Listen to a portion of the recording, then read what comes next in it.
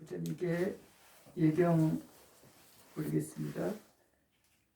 나모 따사 바가와토 아라하토 삼마 삼부따사 나모 따사 바가와토 아라하토 삼마 삼부따사 나모 따사 바가와토 아라하토 삼마 삼부따사. 빛없은 경입니다. 페이지가 몇 페이지인가요? 137페이지. 네.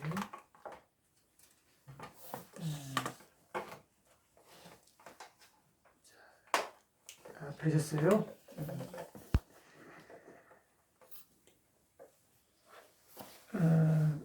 빛없은경. 그때 급고독 장자가 세종께 다가갔다. 급고독 장자는 아나따 삔디까를 한역해서 한자어로 급고독이라 하는 거죠. 급은 줄급자고 고독은 우리가 고독사 할 때 아주 고독하다 이 한자어예요. 그래서 준다, 누구에게? 고독한 사람들, 어렵고 가난하고 힘든 사람들한테 뭘 자꾸 많이 나누어 주는다는 뜻으로 아나따 삔디까라는 별칭이 생긴 것이고, 그걸 한역했을 때 급고독이 되는 겁니다. 원래 이름은 수다따 장자죠. 그래서 부처님께서 처음 이 아나따 삔디까 장자를 만났을 때 새벽에 찾아오잖아요. 근데 이 수다따 장자가 아나따 삔디까로 이름이 나 있기 때문에 자기 본명을 잘 모르나 봐요. 그런데 이제 부처님이 바로 자기 본래 이름을 불러버리니까 처음 만났는데 또 아시고 새벽에 경행하러 하시면서 나와 계신 거죠. 그 자기가 와 부처님의 위실력을 바로 알고 그 자리에서 귀의해버리잖아요. 자, 그래서 가장 또 가까운 신자 중에 한 분이 되고 남성 중에서는 보시 제일이죠. 이분이 바로 제때와나 기원정사라고 번역하는 기원정사라 하면 기수급 고덕원이잖아요. 기수는 기타 태자의 기자, 그 수는 이제 숲을 얘기해요. 그 기수, 기타 태자가 가졌던 그 숲이잖아요. 동산. 그리고 기수 급고덕원은 급고덕 장자의 이름을 땄고, 그다음 원은 원림할 때 그 원 써서 기수 급고덕원이라고 번역을 한 거고요. 그걸 줄여서 기원정사라고 이제 표현도 하기도 하고, 그거를 이제 빨리어로 제따와나라고 하는 거예요. 제따는 기타 태자의 원래 빨리어 이름이고 제따 태자거든요. 와나는 그 정사란 뜻이에요. 그래서 거기는 아나따 삔디까의 이름은 생략됐지만 그래서 여러 가지 이름으로 불리는 거예요. 지금 저기 스라바스티에 제따와나가 있죠. 부처님께서 말년에 주로 거기 머물렀죠. 총 스라바스티에 24안거, 그 안거 외 때는 좀 이동도 하셨겠지만 하안거는 3개월 지키잖아요. 그 하안거를 말년에 24안거를 스라바스티에 계셨는데 19안거를 그 제따와나에 계시고 5안거를 동원정사라고 뿌빠라마 그 위사카가 보시한 그 동원정사에 계셨다라고 알려져 있습니다. 자, 그 스라바스티에 있을 때는 당연히 거기 꼬살라국이잖아요. 그리고 꼬살라국의 수도이고, 그러니까 빠세라리 왕도 많이 찾아올 거고, 그 빠세라리 왕이 부처님과 한날 한시에 태어났다 그래요.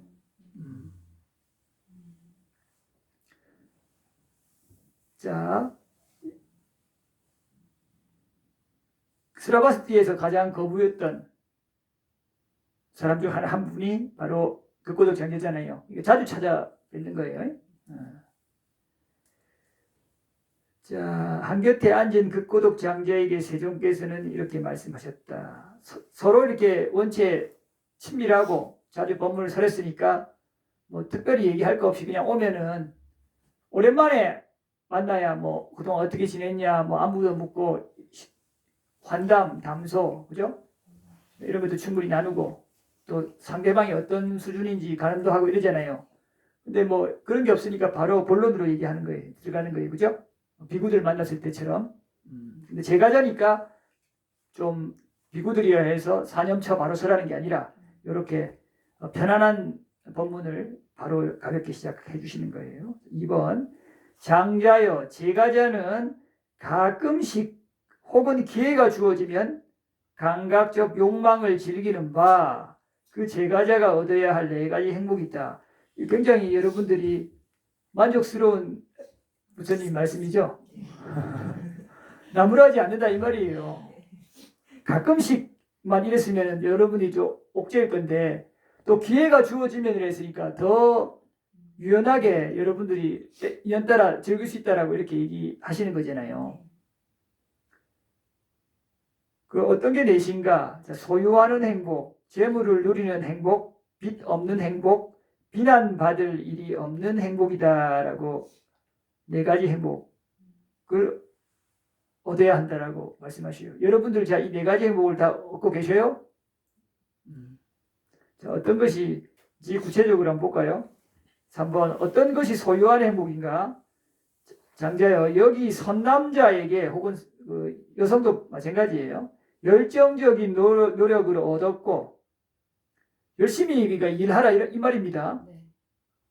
팔의 힘으로 모았고 땀으로 획득했으며 법답고 법에 따라서 얻은 재물이 있다. 그죠? 정직하게 노동을 해서 그걸로서 대가로 얻은 재물인 거죠.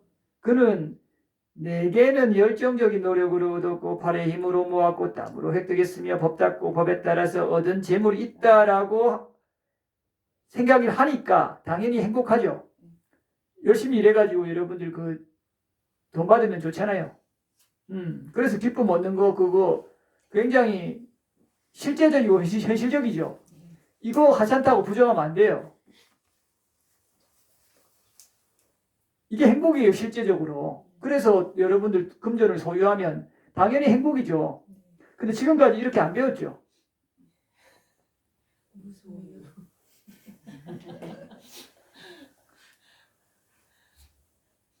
이런 행복을 토대로 해서 점차 더 향상으로 나아갈 때 조금 무소유에 가깝게 가지면 여러분들이 혼란이 없어요.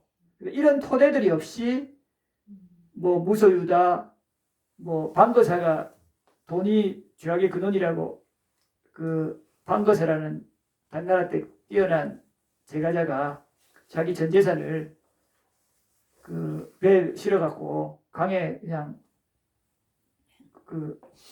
수장시켰잖아요. 그런 것이라도 들으면은 우리가 좀 뭐랄까 스스로 아이고 내가 이걸 좀 가진 거에 대한 좀 죄악시하는 그런 마음도 들려 하고 이러니까 이게 문제라 이 말이에요. 이렇게 되면은 오히려 혼란이 오거든요. 자기가 즐기려고 해도 즐기지를 못해요. 그렇다고 또 안 즐기려고 그거 듣고 안 즐길 수 있느냐? 안 즐기는 것도 안 돼요. 이렇게 된다 이 말이에요. 근데 이것이 재미난 것이 이런 얘기를 좀 들어도 여러분들이 아까 보시할 때 마음에 남음이 없이 하면 상관없이 잘 즐겨요. 근데 마음에 남음이 없이 안 하고 마음에 남음이 있게 해가지고 보시공덕이 충분히 왔는데 또 이런 거 또 이러다 딱 듣잖아요. 그럼 거기에 마음이 탁 가가지고 즐겨도 되나 안 되나 그렇다고 즐기지 않는 것도 알면서 맛있는 거는 실컷 만들어 놓고는 내가 또 먹어야 되나 말아야 되나 이렇게 사는 사람들 있죠. 그렇게 된다 이 말이에요. 그러니까 이렇게 바르게 단계 아주 기본부터 배워서 오면 거기 안 흔들려요. 선택한다 이 말입니다. 내가 이걸 즐기는 거는 공덕을 소모하는 거지만 내가 또 공덕을 이만큼 지으니까 나는 당당하게 이거를 즐겨서 행복을 누리리라 라고 하면 그런 거에 헷갈리지 않잖아요. 근데 이런 가르침 막 뒤섞여 있으니까 여러분들이 혼란이 돼가지고 그나마 공덕이 잘 흐르는 사람은 그 뭐 좀 무시하고 또 즐기는데 아닌 사람은 괴로운 거예요. 이럴 수도 없고 근데 자기의 어떤 업의 흐름이 그걸 또 방거사처럼 그렇게 안 되잖아요.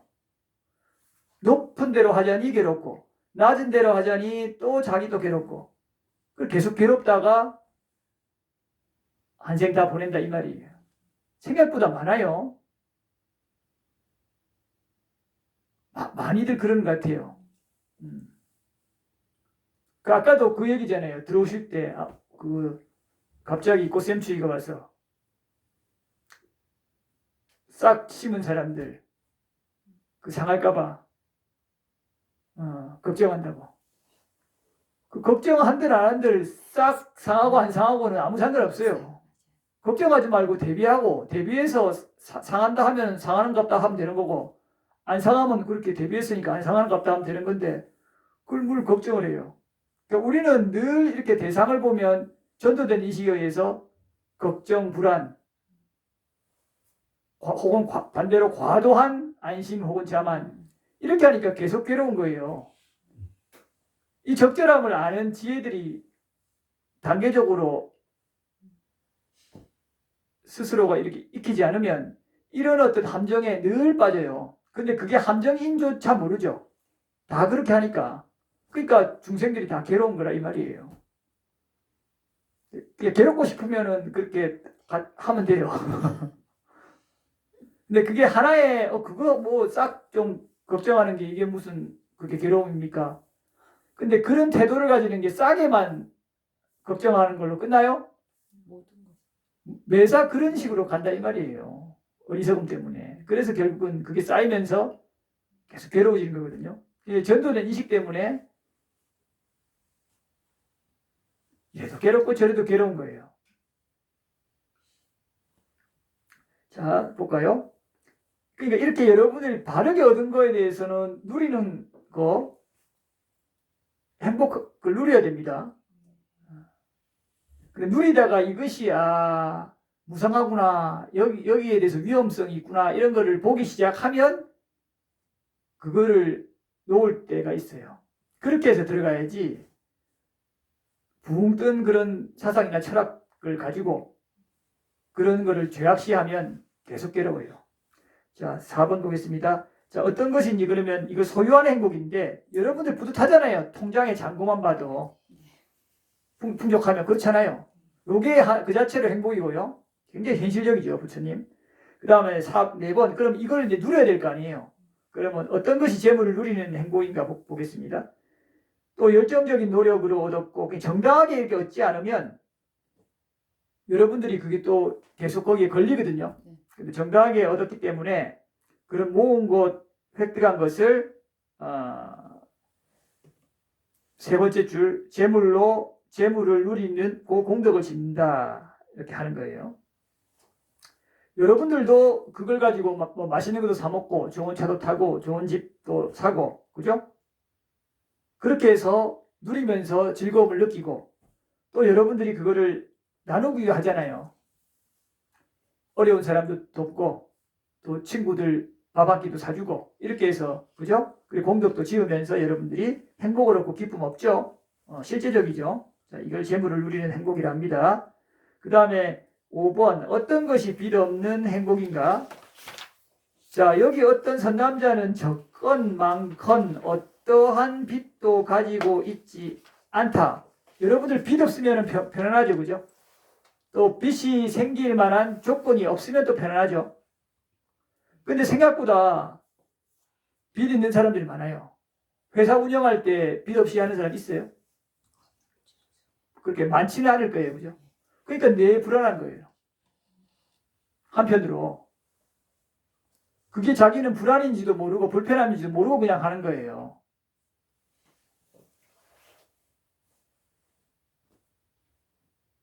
그리고 여러분들 개인 사업 안 하는 사람도 빚이 있어요. 어떤 걸 합니까? 선물 카드 쓰잖아요. 할부하잖아요. 다 빚이잖아요. 그러니까 할부 선불 카드 이런 거를 좀 쓰는 쪽으로 하기보다는 여러분들 현금이 있으면 그 맞춰서 내가 뭔가를 산다. 이게 훨씬 더 사실 합리적이고 남음이 없어요. 여러분들 에이 미리 쓰님 필요해가지고 이거 지금 돈이 없어서 6개월 할부해서 삽니다. 이게 더 현명하고 현실적인 거 아닙니까? 이렇게 얘기할 수도 있어요. 물론 그것도 꼭 필요한 경우는 그럴 수 있는데 우리가 사실 꼭 그렇게 필요한 건 많지 않아요. 생존을 위해서. 주로 보면 좀 더 생활의 편리성 정도 혹은 사치 이런 것들이죠. 그러면 문제는 어떠냐면 처음에 우리가 어떤 돈을 지불하고 물건을 살 때는 사실은 거기에 합당한 지불을 하기 때문에 내 돈이 아깝다는 생각이 별로 안 들어요. 근데 나중에 시간이 오래 지나버리면 그게 아깝다는 생각이 들 수가 있어요. 할부해가지고 2년, 3년 이렇게 오래 기간 갚잖아요. 그럼 마치 할부 빠져나가는 것이 아깝다는 생각이 들 수 있어요. 이러면 이게 다 후회로 오거든요. 범민으로 오고. 원래 우리가 주위 사람한테, 친구한테 돈을 빌리잖아요. 그러면 꼭 갚아야 된다는 게 그 다음날 뭐 일주일 이럴 때는 계속 유지되죠. 만약 돈이 생기면 보통 갚겠죠. 근데 하루, 일주일, 한 달이 아니고 1년, 2년, 5년 지나면 돈이 생기면 갚으려 해요? 모른 척해요? 마음이 그렇다니까요, 구조가. 그래서 똑같은 논리로 빚내서 여러분들 할부를 하는 것도 다 빚내서 하는 거잖아요. 갚아야 될 그게 있는 거잖아요. 그 구조적으로 좀 이게 시스템화해서 덜 느끼게 만들었을 뿐이지 그것도 안 갚으면 독촉 오잖아요. 사정이 바뀌어서. 그러면 바로 괴로움이 따라오죠. 보셔요. 그래 항상 지혜로운 사람은 내가 딱 보고 그 현금해서 그거에 맞춰서 내가 항상 구매하고 없으면 하지 않고 더 없는데 내가 할부로까지 해가지고 욕망을 증장시키는 쪽을 아예 포기하는 게 더 좋다 이 말이에요. 그래야 항상 안정되지. 괜히 막 그 마음이 일어나서 비싼 거 막 카드 긁고 했다가 갑자기 직장이 사라져 봐요. 그 할부값 때문에 엄청 스트레스 받죠. 또 하나만 할부하는 게 아니잖아요. 여러 개 할부해 놓잖아요. 그러면 한 달에 계속 빠져나가는 돈이 얼만데 이러면서 스트레스 받아요, 안 받아요? 그렇게 된다니까요. 그러면 그게 다 빚이고 힘들어지는 거니까 빚독촉에 말 거죠. 어떻게 해요? 그거 갚으려고 이제 전기도 끊기기도 하고 나중에는 사채 쓰기도 하고 그러면 더 이제 나락으로 가죠. 이게 근데 여러분들 그런 일이 있을까가 아니라 많아요. 왜 그렇게 사채업이 활발하겠어요? 그런 사람이 많다는 반증이잖아요. 자, 이런 것들이 이제 그 욕심을 줄이는 한 방법입니다. 항상 내가 있는 만큼만 내가 하겠다. 더 빚내서 내가 하려고 하겠다. 이런 식의 사고는 안 하는 게 좋아요. 그렇게 하면 이제 빚 없는 행복을 얻습니다. 자, 6번. 어떤 것이 비난받을 일이 없는 행복인가? 장자의 여기 선남자는 비난받을 일이 없는 몸의 업을 구족하고 말의 업을 구족하고 마음의 업을 구족하였다. 그는 이러한 것으로 인해서 6번째 줄 행복을 얻고 기쁨을 얻는다. 이것이 비난받을 일이 없는 행복이다. 자, 여러분들 몸, 말, 마음으로 비난받을 일이 없는 마음의 업을 구족하려면 어떻게 해야 돼요? 십선법, 그렇죠? 말씀 잘 하셨죠? 대표적인 게 십선법이고 계 혹은 바른 행실 이런 거죠. 이 선업의 흐름들이 강하게 흐르는 그런 쪽으로 늘 주의를 기울이고 말과 행동을 해야 됩니다. 당연히 이렇게 하면은 여러분들이 비난받을 일이 없이 머물죠. 그러면 이 네 가지 중에 어떤 것이 가장 여러분들 편안하게 머무는 조건이 되겠어요? 소유, 재물 누리는 거, 빚 없는 거, 신구이 상업 단속하는 거. 자, 이 네 가지. 그렇죠. 신구이 상업 단속하는 거면은 비난받을 일 없이 머무는 건 앞에 게 거의 포함되어 버리잖아요. 자, 그래서 부처님께서 7번에 이렇게 요약해서 개성으로 말씀하십니다. 빚 없는 즐거움을 얻고 난 뒤에 소유하는 행복을 기억할지라 인간은 재물의 행복을 누리면서 통찰지로서 집권한다. 여러분들 그러니까 지금 빚 가지고 있으면서 재물을 누리는 행복이 있으면 어떻게 돼요? 그 재물을 누릴 때는 그 몰두한다고 즐거울 수도 있어요. 혹은 어떤 사람은 누리면서 찝찝해요. 그죠? 언제 이거 갚아야 되나? 갚을 수 있으려나? 근데 그렇게 깜짝 감각 욕망을 즐기고 나서 끝나고 나면 그 빚 갚는다고 시달리죠. 괴롭잖아요. 근데 이렇게 알면서도 어리석은 자들은 또 그렇게 해요, 안 해요? 그렇게 하니까 빚독 쪽에 시달려서 계속 도망다니잖아요. 책임감 없는 사람은 파산해가지고 또 국가가 도와주니까 그걸 노리고 또 그렇게 또 즐기고 파산 이렇게 하고 이렇게 되는 거죠. 자, 그래도 그 사람들 굉장히 괴로운 거예요. 이 생에 그렇게 해서 국가로부터 도움받아서 또 회생하고 또 그걸 이용하고 이러면 그 사람들 갈 세계는 어디겠어요? 악처밖에 없어요. 그 공짜는 없어요, 세상에. 철저하게. 자, 슬기로운 자는 직관하면서 두 가지 부분을 모두 압니다. 그러나 앞에 셋은 비난받을 일이 없는 행복에 16분의 1에도 미치지 못합니다. 부처님께서도 마지막 네 번째 신구의 삼업 단속하는 게 가장 훌륭하다고 말씀하시는 거죠. 자, 가문경입니다. 밑에. 자, 비구들이요. 재물을 많이 모은 가문은 어떤 가문이건 네 가지 이유 때문에 혹은 이들 가운데 어떤 하나 때문에 오래 유지되지 못한다고 그럽니다. 자, 무엇이 넷인가? 같이 읽어볼까요? 잃어버린 것을 찾지 않고 낡은 것을 수선하지 않고 절제 없이 먹고 마시고 괜히 나쁜 여자나 남자를 요지게 하신다. 그러니까 재산이 좀 있는 사람이 잃어버린 것을 찾지 않고 하면은 그 여러분들 그 뭔가 뭐 재물을 잃고 이러면 찾아야 될 거 아니에요. 이렇게 하는 사람이 재물을 잘 지키려고 이렇게 방비도 하겠어요? 그럼 도둑도 많이 들겠죠.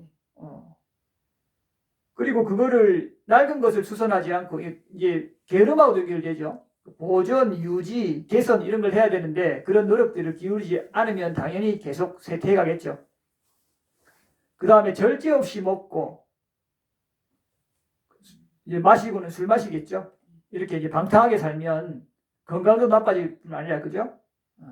당연히 이런 사람이 앞에 것들을 잘하리라 기대하기가 쉽지 않잖아요. 방탕해지니까 다 연결되는 거죠.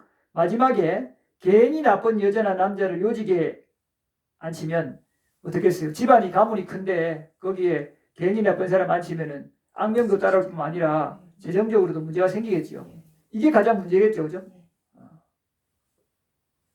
그래서 저기 항상 그 여기 어떤 모임이건 간에 그 사람의 뭐 인품뿐만 아니라 계행 이런 것들을 보는 거예요, 그죠? 자기 친하다고 이렇게 하면 결국 망하겠죠, 그죠? 재물 많이 모은 가문은 어떤 가문에서건 이러한 네 가지 이유 때문에 혹은 이들 가운데 어떤 하나 이유 때문에 오래 유지되지 못한다라고 말씀하신 거예요. 부처님 말씀들이 이런 걸 통해서도 여러분들이 뭘 항상 생각해야 되냐면 부처님께서 아주 그렇게 그 뭔가 어렵고 범인의 사유 범주를 넘어서는 그런 것만 설한 게 아니라 이 말이에요. 여러분들 지금 실제 이런 거 어찌 보면은 어리석은 사람들은 유치하다 이렇게 여길 만큼 상세하게 또 자세하게 구체적으로 설을 해주셨다 이 말이에요. 어떤 거는 죽의 이로움도 10가지도 말할 때도 있고 죽의 이로움에 죽 먹으면 몸이 건강해지고 이 소화 안 된 게 소화 잘 되고 또 몸에 이제 수분을 좀 보충해주고 이런 말씀하시잖아요. 이런 거 하면 어리석은 사람은 유치하다 이럴 수 있거든요. 근데 그게 아니라 이 말이에요. 그러니까 뭔가 여러분들 진리 이런 법을 동떨어져서 생각하는 그런 것들이 있다 이 말이에요. 이 비구도 있었고 그렇게 생각하면 안 된다 이 말이에요. 그러면 삶이 안 바뀌어요. 법을 삶과 동떨어져서 보려고 하면 괴리가 자꾸 생겨요.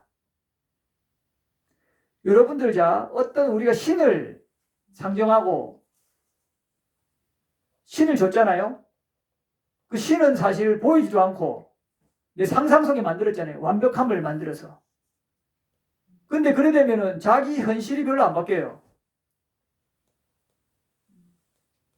거기에만 귀의해가지고 환상 속에 어떤 걸 만들고, 그러니까 삿된 견해로 간다 이 말이에요. 항상 법은 실제적이어야 돼요. 실제적이라서 내가 바뀌어야 되는 것이지, 뭔가 절대적 존재를 마음속에 상정하고 그걸 형상화하고 표상화하고 개념화해서 집단적으로 이렇다 해서 이렇게 귀의하면 마치 뭔가 다 해줄 것이다. 이런 거야말로 지혜를 없애고 어리석음을 강화하고 의존을 강화하고 도피하는 마음, 합리화하는 마음을 강화하는 삿된 가르침이라 이 말이에요. 자기 스스로가 아까 여기 앞서서 봤듯이 신구의 상업이 개선돼서 어떤 것도 의지할 필요도 없이 차후에는, 그죠? 뭐 필요할 때는 의지는 하지만 스스로가 바뀌어야 업이 바뀌고 삶이 바뀌고 흐름이 바뀌고 이렇게 가야 스스로가 지혜로워지고 편안해지는 것이지, 뭔가를 의존해서 이런 거는 혹 순수하게 잘 의존해서 좀 편안함을 얻었다 하더라도 그거는 오래가지 못해요. 철저같이 믿으면 한 생 두생은 갈 수 있을지 몰라도 그 흐름이 나중에 차후에 또 깨지거나 하면 또다시 그 사람은 방황하게 돼요. 그리고 의존하려는 성향들을 오히려 봐야 돼요. 거기서 더 두려움과 위험을 봐야 돼요. 의존하는 것은 어떤 특별한 환상적인 신이나 존재가 아니라, 의존하는 것은 자기의 마음에 일어나는 그 법들을 보고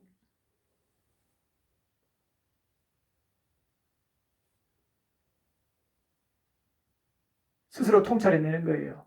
지혜에 의존해야지. 그럼 외적 대상에 의존하면 당연히 어리석어지죠. 각자 선택입니다. 자, 2번. 자, 재물을 많이 모은 가문은 어떤 가문이거든 4가지 이유 때문에 혹은 하나의 이유 때문에 유지된다 합니다. 잃어버린 것을 찾고 수선하고 먹고 마시는데 절제가 있고 계획을 갖춘 여자나 남자를 요직에 앉힙니다. 자, 먹고 마시지 말라고 한 적 없습니다. 부처님이. 절제가 있고 적당함을 알라 이 말이에요. 그리고 술 마신다고 전상에 못 가는 거 아닙니다. 절제를 할 수 있으면 돼요. 근데 그 쉽지 않기 때문에, 그리고 굳이 감각 욕망의 대명사인 술을 마실 필요가 없기 때문에 안 하는 게 좋다는 것이지, 정 안 되면 술 마실 수 있죠. 한 잔, 한두 잔, 그죠? 막걸리도 이렇게 여러분들 등산하고 힘든 일을 하고 파전에 막걸리 먹는 게 낙이잖아요. 많은 분들이. 그럴 수 있어요. 감각 욕망을 좀 즐기는 거잖아요.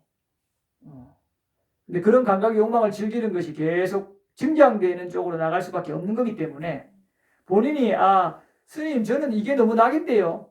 그럼 즐기면 돼요. 즐기지 말라 한 적 없어요. 그렇게 즐기지 않는 것이 아주 이익이다라고 계속 얘기한 것뿐이죠. 그러면은 이것도 마찬가지예요. 다르게 알지 못하면 본인이 술을 마시고 참지도 못하면서 계속 괴로워요. 하면 안 되는데, 이러면은 참지도 못하고 즐기면서 계속 괴로운 마음을 일으키잖아요. 그럼 이게 마음속에 뭉쳐지겠죠. 뭉쳐져갖고 꽉 자기를 괴롭힌다고요, 나중에. 그런데 내가 이만큼 마시고 즐기면 손해인데, 너무 지나치면 악취로 갈 수도 있고 또 실수도 할 수 있고 손해가 크니까 일도 잘 안 되고 사람들도 좀 안 좋아하잖아요. 술을 적당히 마셔야 좋아하지. 술 많이 마셔서 방탕하면 누가 좋아해요, 직장에서도. 그러니까 이 정도만 마시고 또 가끔 횟수를 좀 정해서 마시고 또 지나치게 마시지 않게 하시고, 내가 일하는 거나 내 맡은 영역에서 게으르거나 소홀히 하지 않도록 마시고 또 실수하지 않을 정도로 마시고, 이렇게 자기 가이드라인을 확실히 만들면 돼요. 그리고 술 마시는 걸로 인해서 내가 몸이 좀 상하고 또 상할 수도 있고 또 공덕을 줄이니까 대신 다른 걸 내가 좀 많이 해야겠다, 이런 방법으로 하는 것도 방법이에요. 최선책은 아니지만 차선책으로 하면 본인 스스로가 좀 담담하게 그걸 즐길 수 있어요, 없어요? 감각 욕망을 담담하게 즐기라니까요, 여러분들이 지혜롭게. 여러분들이 해탈 열받으러 가려면은 감각 욕망을 즐기는 걸 아예 거의 포기하고 아예 불선업을 완전히 제거해야 돼요. 선업지를 생각할 필요 없이 불선업을 제거하면서 선업이 드러나니까. 그런데 여러분들이 해탈 열반으로 지금 아주 강하게 흐르고 가는 건 아니잖아요. 그러면 적절함을 아시는 게 중요한데 이때 절제하면서 즐기면 된다 이 말이에요. 어디까지 내가 할까? 그리고 이 정도 공덕을 좀 많이 감했으니까 요거 좀 짚고 이렇게 하면 여러분들이 어떻게 해요? 즐기면서 당당하죠? 시험 공부 열심히 하고 일 열심히 한 다음에 막걸리 한잔 하고 술 한잔 먹고 하는 거는 당당하게 즐겨요, 안 즐겨요? 즐기잖아요. 근데 그런 거 없이 그냥 막 즐기는 건 여러분들 아이고 내가 또 오늘 마시니까 아내가 좀 싫어할 건데 이러기도 하고 괜히 찝찝하잖아요.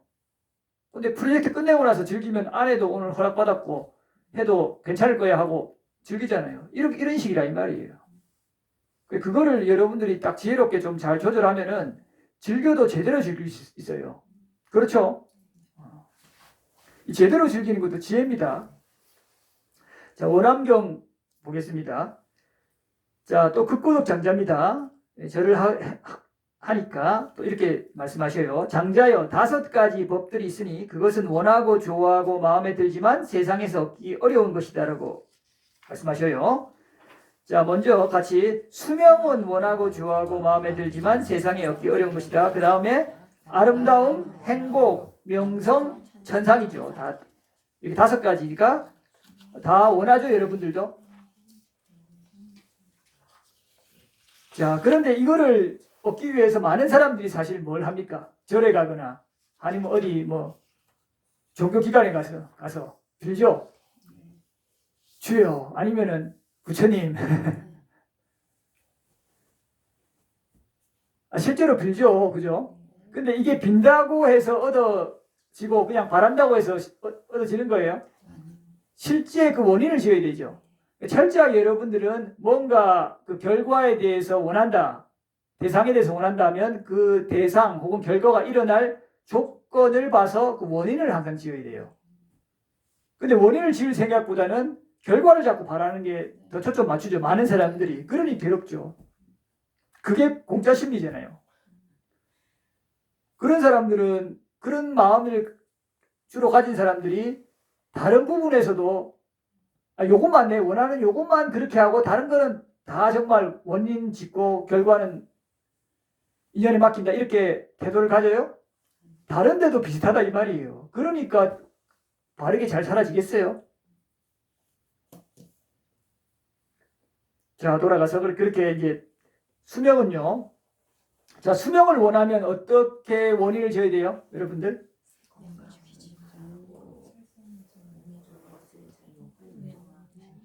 잘 아시네. 그거예요. 자, 일단 전생으로 보면 살생하고 해코지 안 해야 되죠. 살생하면 단명이고 해코지하면 몸에 병이 많죠. 안 해야 되고. 근데 이 생에도 영향 미쳐요. 여러분들이 살생, 해코지 많이 하면 그 전생에서 주로 따라오지만 또 이 생에 내가 살생, 해코지 하면 내 생에 영향을 주지만 이 생에도 바로 영향을 줄 수 있어요. 어떻게? 여러분들이 살생 막 하고 다녀봐요. 오다가 벌이네 해서 벌 막 죽이다 보면 그 벌이 쏘아요. 다른 동료들이. 그리고 개도 물어 뜯어요. 동료 이렇게 동물들이 실제로 그래서 몸에 문제가 생기겠죠. 수명 줄 수 있어요. 이건 간접적인 거긴 한데. 자, 그리고 여러분들 좀 더 직접적인 게 잘 먹고 운동하고 관리 잘하고 술 마시는 거 절제하고 그리고 규칙적으로 생활하고 스트레스 적게 받도록 하고 욕심 많이 내지 말고 이런 것들이잖아요. 좀 영향을 직접적으로 가장 강하게 미치는 게 뭐예요? 수명에는 잘 먹고 건강관리 잘하고 운동하고 이거잖아요. 이게 핵심적인 거고 나머지 뭐 스트레스 이런 게 조금 더 부가적이죠. 이런 거니까 이런 거를 원인을 지어라 이 말이에요. 빌라고 하지 말고. 자, 그 다음에 아름다움은 뭐예요? 아름다움을 얻으려면 전생애로서는 보시할 때 믿음으로 보시해야 되죠. 참된 사람인 경우에 첫 번째 뭐라 나와요? 아무데나 니까야. 믿음으로 보시하면 부자가 되고 그죠? 하는데 최상의 외모를 갖는다 그러죠.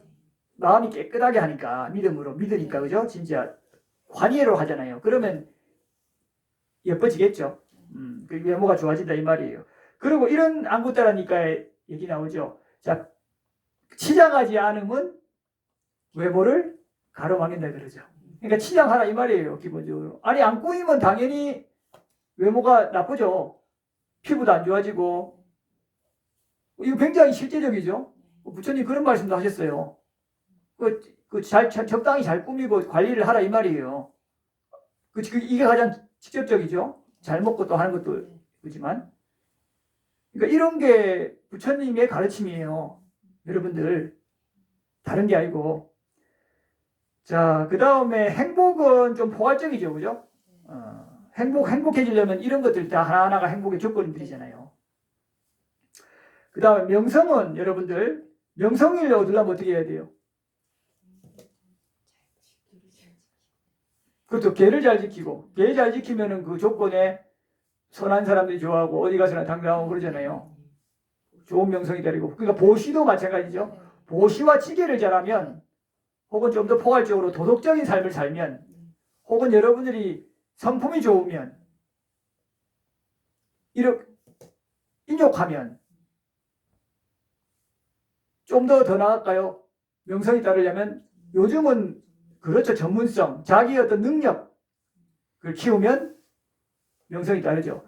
요즘은 여러분들 앞에 보시지계, 인품 이런 것들은 시대를 막론하고 다 명성을 가져다 주는 거죠. 크든 작든. 그러나 시대에 따라 좀 달라지는 가치들이 있어요.